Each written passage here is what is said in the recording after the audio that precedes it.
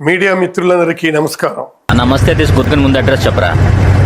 గత కొద్ది రోజులుగా నా కుటుంబ సభ్యుల పేర్లను ప్రస్తావిస్తూ ఒక భూ వ్యవహారానికి సంబంధించి అనేక వార్తలు ప్రచారాలు జరుగుతున్నాయి. ఈ నేపథ్యంలో ప్రజలకు వాస్తవ పరిస్థితులను తెలియజేయడం మేము ముందుకొచ్చాను. నా బాధ్యతగా భావించాను. మనకు కావాల్సింది కూడా అదేలేమ్మా. ముందుగా నేను ఒక విషయం చాలా స్పష్టంగా చెప్పాలనుకుంటున్నాను. ఏంటది? చట్టాన్ని గౌరవించే వ్యక్తిగా, ప్రజా జీవితంలో ఎన్నో సంవత్సరాలు పనిచేసిన వ్యక్తిగా నేను ఎప్పుడూ చట్టవిరుద్ధమైన పనిని ప్రోత్సహించలేదు. అటు చూడు.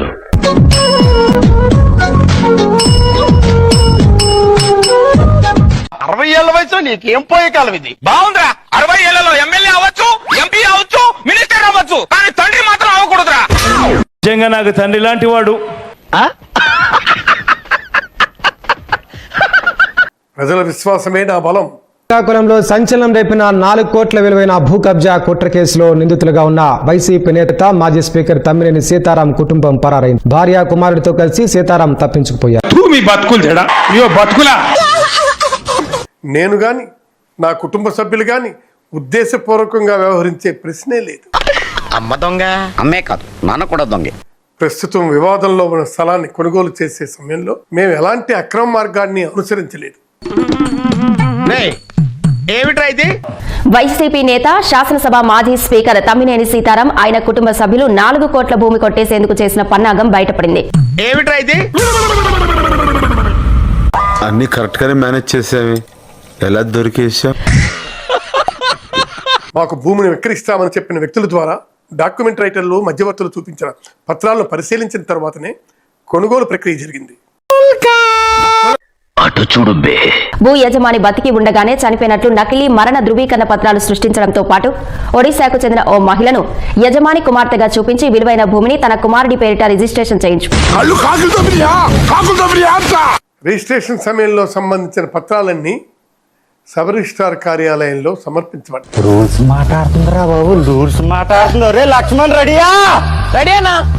అక్కడ చట్ట ప్రకారం పరిశీలన జరిగిన తర్వాత రిజిస్ట్రేషన్ పూర్తయింది. మీరు మాట్లాడే మాటలేంటి? మీరు చెప్పే శ్రీరంగ నీతులు ఏమిటి? చెప్పేటివన్నీ శ్రీరంగ నీతులు, చేసేటివన్నీ దొమ్మల గుడిసెల్లోకి దూరడం. ఎక్కడి డెమోక్రసీ? ఏం చట్టాలు ఇవి? ఎక్కడికి తీసుకువెళ్తున్నాం మనం ఈ వ్యవస్థని? ఆ సమయంలో ఎలాంటి అభ్యంతరాలు లేదా లోపాలు ఉన్నాయని మాకు తెలియజేయలేదు. నేను ఒకే ఒక్క ప్రశ్న అడుగుతున్నాను, సమాధానం చెప్తావా? ఇంతకు నువ్వు ఆడా మగ? ఆ తర్వాత భూమిపై వివాదం ఉందని, యాజమాన్యానికి సంబంధించి అభ్యంతరాలు ఉన్నాయని తెలిసింది. ఈ అంశం ఇప్పటికే సివిల్ కోర్టు పరిధిలో ఉంది. గత ఏడాదిన్నరగా న్యాయ ప్రక్రియ కొనసాగుతుంది. అయ్యో రామా, నాకు ఐడియా తట్టలేదండి. What an intelligent bye.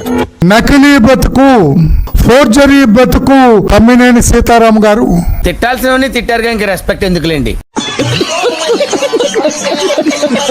నేను ఇప్పుడు అనకూడదు కానీ గడిచిన వారం రోజులుగా పుంకాలుగా మనం టీవీలో వార్తలు చూస్తున్నాం. మేము న్యాయ వ్యవస్థను ఆశ్రయించాం. చట్టంపై పూర్తి విశ్వాసంతో ముందుకు వెళ్తున్నాం. న్యాయం, ధర్మం అనే దాన్ని పూర్తిగా తమ్మినేని సీతారాం అన్న మంచివాడు, సౌమ్యుడు. సరిపోయారు ఇద్దరును. సాగుతుంది మీకు అలా. ఒకవేళ ఈ వ్యవహారంలో భూ యజమాని కూడా మోసపోయి ఉంటే నిజంగా బాధాకరం. మీరు చేసే ఈ అవినీతి పనులేంటి? ఆ నాని కావచ్చు, ఆ తమ్మినేని సీతారాం గారు కావచ్చు, వాళ్ళ స్పౌజ్ తమ్మినేని వాణి గారు ఎవరైతే ఉన్నారో వీళ్ళు ముగ్గురు కలిసి వాళ్ళ కాలేజ్లో, ప్రైవేట్ డిగ్రీ కాలేజ్ ఏదైతే అమదాల వలస రన్ చేస్తున్నారో అందులో ఉన్న 4 లెక్చరర్స్, ఫ్యాకల్టీ మెంబర్స్ ఎవరైతే ఉన్నారో వాళ్ళని సాక్షి సంతకాలు పెట్టించారు ఈ 2 డాక్యుమెంట్స్. చెప్పేటివన్నీ శ్రీరంగ నీతులు, చేసేటివన్నీ దొమ్మల గుడిసెల్లోకి దూరడం. తండ్రి లాంటి సీతారాం గారిని అరెస్టు చేయించగలరా గౌరవ జగన్మోహన్ రెడ్డి గారు? ఆడికి నాకు సంబంధం లేదు. మేము కూడా చట్టబద్ధమైన ప్రక్రియ ద్వారా డబ్బు చెల్లించి కొనుగోలు చేసిన వ్యక్తులము. అందువల్ల ఈ వివాదంలో మేము కూడా బాధితులమేనని మా అభిప్రాయం. నీ చెత్త కొటేషన్ తీసుకెళ్లి పని పాట లేనప్పుడు ట్విట్టర్ లో పెట్టుకో. నాకు కావాల్సింది నీ సెషన్ కాదు. తమ్మినేని సీతారాం గారు ఎందుకు ఈ రోజున పరారవలసిన కర్మ పట్టింది మీకు? ఆయన భార్య, ఆయన కొడుకు లేరు, శ్రీకాకుళం ఇంట్లో లేరు, పరారైపోయారు, అండర్ గ్రౌండ్కి వెళ్ళిపోయారు. ఈ కేసుల గురించి ఎలాంటి దర్యాప్తు జరిగినా మేము పూర్తిగా సహకరిస్తాం. చట్టం ముందు హాజరవుతాం. అడ్రస్ చెప్పు నీది ఒకసారి అడ్రస్ పెట్టు Like, share and subscribe to